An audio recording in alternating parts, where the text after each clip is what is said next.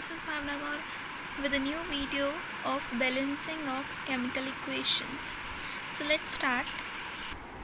ये क्लास 10 का टॉपिक है जो कि इनकी एनसीईआरटी में गिवन है. सो सबसे पहले है to balance a chemical equation, first draw boxes around each formula. Do not change anything inside the boxes while balancing the equation. It means सबसे पहले जैसे हमारे पास ये फॉर्मूला गिवन है तो इसमें हमने हर एक फॉर्मूला के अराउंड बॉक्स बना लिया. ठीक है. सेकंड हमने क्या करना है, list the number of atoms of different elements present in the unbalanced equation. अब हमें दिख रहा है कि ये अनबैलेंस्ड है. यहाँ पे Fe का 1 ही मॉलिक्यूल और यहाँ पे 3 मॉलिक्यूल्स हैं. इट मीन्स ये अनबैलेंस्ड है. अब हम इन्हें बैलेंस करेंगे. देखो पहले हमने लिखना है जितने भी हमारे पास कंपाउंड्स या एलिमेंट्स गिवन हैं. ठीक है. तो यहाँ पे हमने सारे एलिमेंट्स लिख दिए. फिर उसके बाद जो लेफ़्ट हैंड साइड इस एरो के इस तरफ लेफ़्ट हैंड साइड और इधर राइट हैंड साइड. ठीक है. तो जो लेफ़्ट हैंड साइड पे रिएक्टेंट्स हैं, फर्स्ट है हमारा Fe. इसके यहाँ पे कितना है 1, तो हमने 1 लिख दिया. ठीक है. फिर H का कितना है, O नहीं गिनना हमने, सिर्फ H. ये कितना है 2. ठीक है. फिर है O का कितना है 1. ओके. फिर जो हमारे को RHS गिवन है, RHS पे क्या क्या गिवन है, Fe के 3 मॉलिक्यूल्स गिवन है, हमने 3 लिख दिए. फिर उसके बाद O के 4 गिवन है. ओके. देन H के 2 गिवन है तो 2 के 2 लिख दिया. अब हम देखते हैं. देखो ये 2 है, इधर भी 2 है. इट मीन्स ये क्या है, बैलेंस्ड है, इक्वल है. बैलेंसिंग में हमने क्या करना होता है, जो LHS और RHS में दोनों एलिमेंट्स के जो हमारा सबस्क्रिप्ट होता है, इस चीज़ को सबस्क्रिप्ट बोलते हैं, तो इसे हमने इक्वल करना होता है बैलेंसिंग. अब हमारा H बैलेंस्ड है.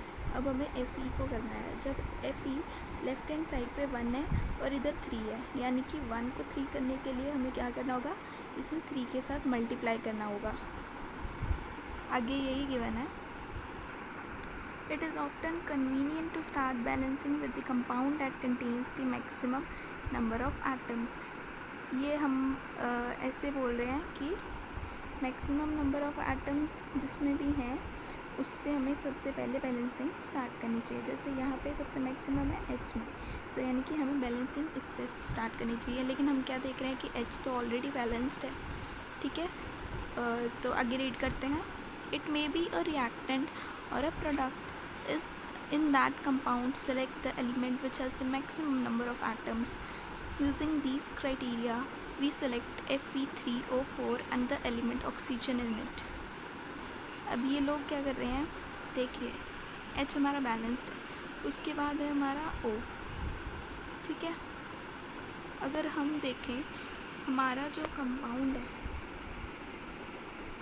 ये H2O, ठीक है, जो LHS पे है, ये इसमें से बैलेंस्ड है H2 और O बैलेंस्ड नहीं है क्योंकि इधर O के 4 गिवन है और इधर O का 1 गिवन है सबस्क्रिप्ट. तो हम O को बैलेंस करते हैं. अब हम यहाँ ये देखते हैं to balance the oxygen atoms. Okay. O मतलब ऑक्सीजन. तो रिएक्टेंट्स में H2O में O गिवन है और प्रोडक्ट्स में Fe3O4 में. ठीक है. ये हमने ज़रूर लिखना है कि कौन से कंपाउंड में हमें O गिवन है, initially in reactants and in products. Okay. फिर इधर 1 गिवन था हमें और इधर 4 था. इट मीन्स ये ज़्यादा था, तो हमें 1 को हम 4 बना सकते हैं. इंटू 4 कर दिया तो 4 हो गया. इट मीन्स दोनों तरफ 4 हो गया. तो ये हमारा बैलेंस्ड हो गया. ऑक्सीजन, हाइड्रोजन हमारी बैलेंस्ड ही है. नेक्स्ट है to equalise the number of atoms it must be remembered that we cannot alter the formula of the compound or elements involved in the reactions. इसमें ये क्या कह रहा है कि हम फॉर्मूले में यहाँ नहीं लगा सकते हैं 4, जो हमने निकाला है ना कि 1 into 4, ये हम यहाँ नहीं लगा सकते हैं. हमने जो बॉक्सेस बनाए थे इन बॉक्सेस के बाहर लगाना है. ठीक है. इन बॉक्सेस के बाहर लगाना है. ये बॉक्सेस एक ब्रैकेट की तरह होते हैं. इट मीन्स ये पूरे के साथ मल्टीप्लाई हो रहा है. अब ये हमारा जब 4 इसके साथ हो जाएगा तो ये O 4O हो जाएगा, इधर भी 4 एटम्स, इधर भी 4 एटम्स। ठीक है, नेक्स्ट अभी हमारी ये पार्टली बैलेंस्ड इक्वेशन बनी है क्योंकि हमने सिर्फ O को बैलेंस किया है। अब जब हमने O को बैलेंस किया, हम क्या देखेंगे कि ये हमारा जो H2 बैलेंस्ड था ये तो अनबैलेंस्ड हो गया क्योंकि 4 × 2 इन दोनों को हमेशा मल्टीप्लाई करते हैं। 4 × 2 ये तो 8 हो गया, और इधर प्रोडक्ट्स में तो ये सिर्फ 2 ही है। तो हम क्या करेंगे, अब नेक्स्ट हमने H2 को फिर अब बैलेंस करेंगे, मतलब सॉरी हाइड्रोजन को बैलेंस करेंगे। Fe and H atoms are still not balanced. Pick any of these elements. हम इनमें से कोई भी एलिमेंट ले सकते हैं पहले to proceed further. Let us balance hydrogen atoms in the partly balanced equation. To equalize the number of H atoms, make the number of molecules of hydrogen as 4 on the RHS. It means अगर यहाँ पे हमारा क्या है 8 है, हम देख रहे हैं अगर इधर हमारे जैसे 8 है और इधर 2 है, तो अगर हम इधर मल्टीप्लाई बाय 4 कर देंगे तो ये भी 8 हो जाएंगे। तो उसके बाद हमारी इक्वेशन क्या बन जाएगी, ये हमने H2 को बैलेंस कर दिया O, हमारे पास 3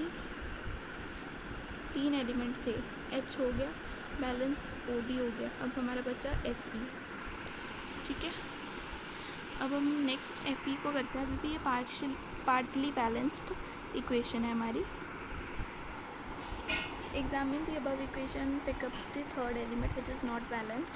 You find that only one element is left to be balanced, that is iron. Fe का मतलब क्या होता है, आयरन।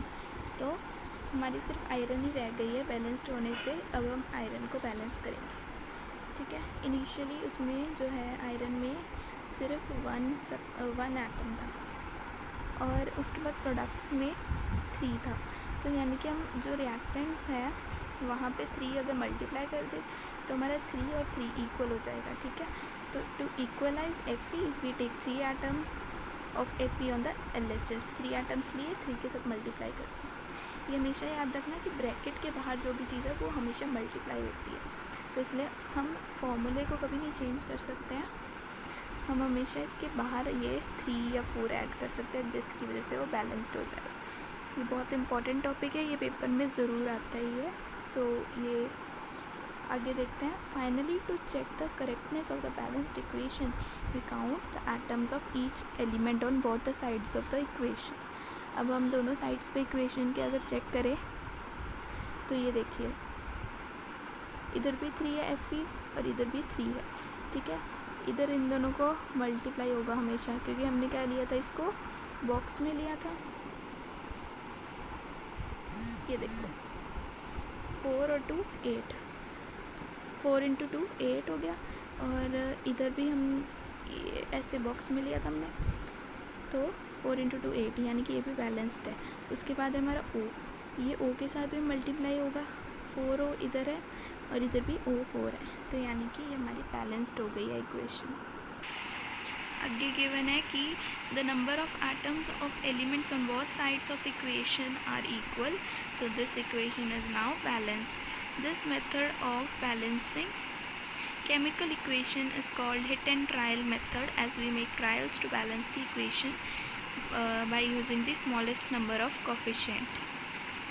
अब हमने मैथ्स में पढ़ा है कि हम कोफिशिएंट किसको बोलते हैं, जो इसके साथ होता है इस चीज़ को।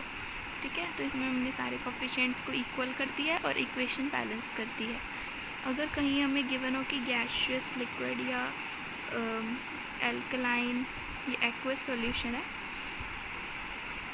तो हम उसके साथ GLAQS ये सब लिखते हैं। ठीक है, आई होप आपको समझ आ गया होगा। Thank you for watching, bye bye.